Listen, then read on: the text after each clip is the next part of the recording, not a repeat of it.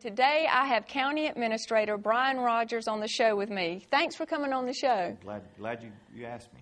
Well, we have a lot of questions for Brian. There's always a lot going on with county business, and this is certainly the man that knows. And one of the questions we get a lot down at the station is, can the city get in on that recycling program that y'all have going on in the county? Well, we are proud of our recycling program. We're proud of the system of collection of sanitation and stuff that we have in place.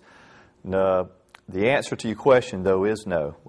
If the cities can agree to opt in, and at that point in time, the citizens of that city can participate and utilize the collection center, but that would take actually the citizens doing that. I mean, the cities actually entering into an intergovernmental agreement with the county to provide that. Now, we do have several cities that are doing that. The majority of the small cities that already utilize our collection centers as their primary means will be doing that. But right now, Dublin and East Dublin have opted to not participate, so therefore they will not be able to use the collection centers. So there's your answer. Everybody that keeps calling, that answer is no, you can't.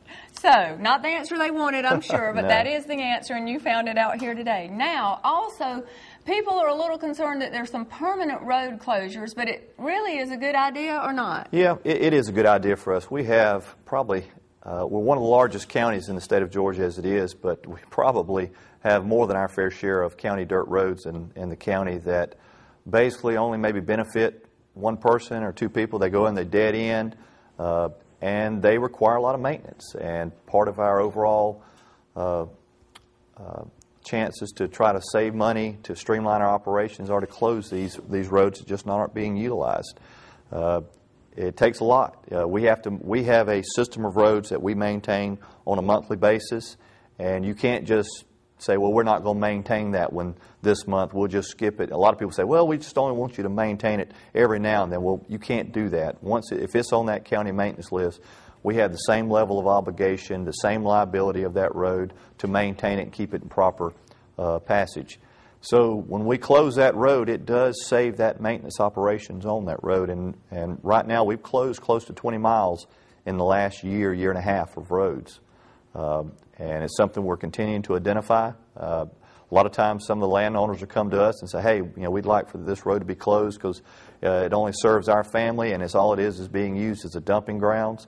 And we try to accommodate those people. We jump right on those kind of roads, but then a lot of them we identify on our own. So. Well, those sound like really good objectives in this economy to try to be saving the money. So if it's only going to 2 or 3, I think most people in Lawrence County would agree we do need to close those.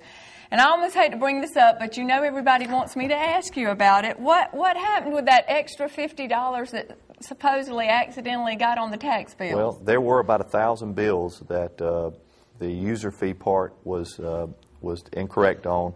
It had something to do with the company's software that actually generated the bills for us, and they, if you had more than one residence on one parcel of land, then it started picking up shelters, septic tanks, wells, everything like that, and putting a $50 fee on all those additions. And of course that ran the user fee cost up tremendously. If you just had one residence on one parcel of land, everything worked properly. So there was about 1,000 bills that we've identified, and the tax commissioner's office is going through those right now. They are preparing corrected bills. We're going to do it in-house. We're not going to contract that back out with the company. And hopefully in a couple of weeks people will be getting their corrected bills.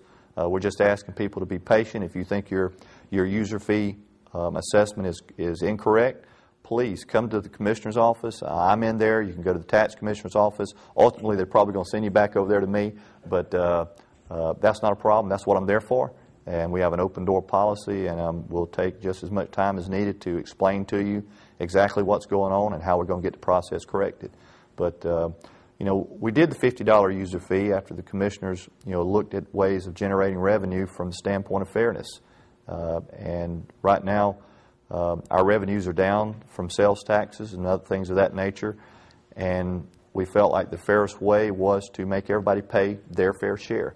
Sanitation is something everybody creates, and the majority of the property taxes are paid by businesses and industry. And those businesses and industries are not even allowed to utilize those collection centers. So, as a means of generating revenue, it wasn't just wasn't good to just put it on the backs of the property taxpayers again. So if you're a property owner and you have a house, you will pay that $50 assessment fee, but also that person that may be only paying $10 or $15 of property taxes, but creating the same amount of sanitation and garbage requirements, they're going to pay their fair share. They're going to pay that $50. And so it was a fairness issue, is the reason the commissioners put it on. And a lot of people come to us and say, well, you know, I don't mind paying my fair share. I don't mind paying our fair share. The legislature doesn't allow us a lot of opportunities to put additional sales taxes or things of that nature on there where everybody will pay. But this user fee, if you're creating garbage, you live in a household, you will pay that $50. And you'll pay the same amount as I will, you will, everyone in the county. That's in the unincorporated areas, not the citizens in the cities. They will not be paying it because they can't use collection centers any longer. Well, those are very good explanations, and thank you very much for letting us know what's going on there, because those are big questions, and you adequately explained it to all of us, and I really appreciate that. What are some other things you might be doing to save money? I know with your employees you said... Well, we you know, it's been so long since we've actually hired anybody in the county.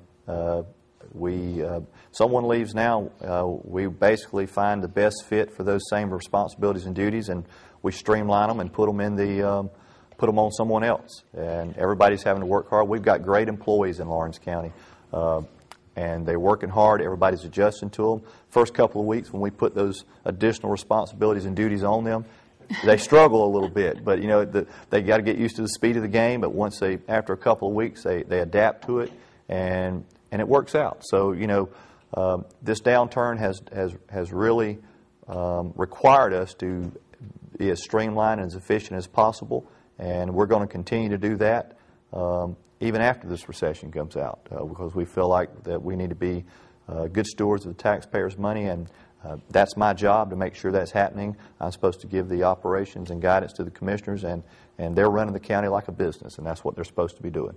Well, it sounds really good, and I appreciate all the employees stepping up to the plate, and I do know they've had to pick up a lot of extra work, and we really appreciate it. We think you're doing a great job with the county, and we certainly appreciate you coming on the show today and clearing up a lot of these issues that people just needed to know more about.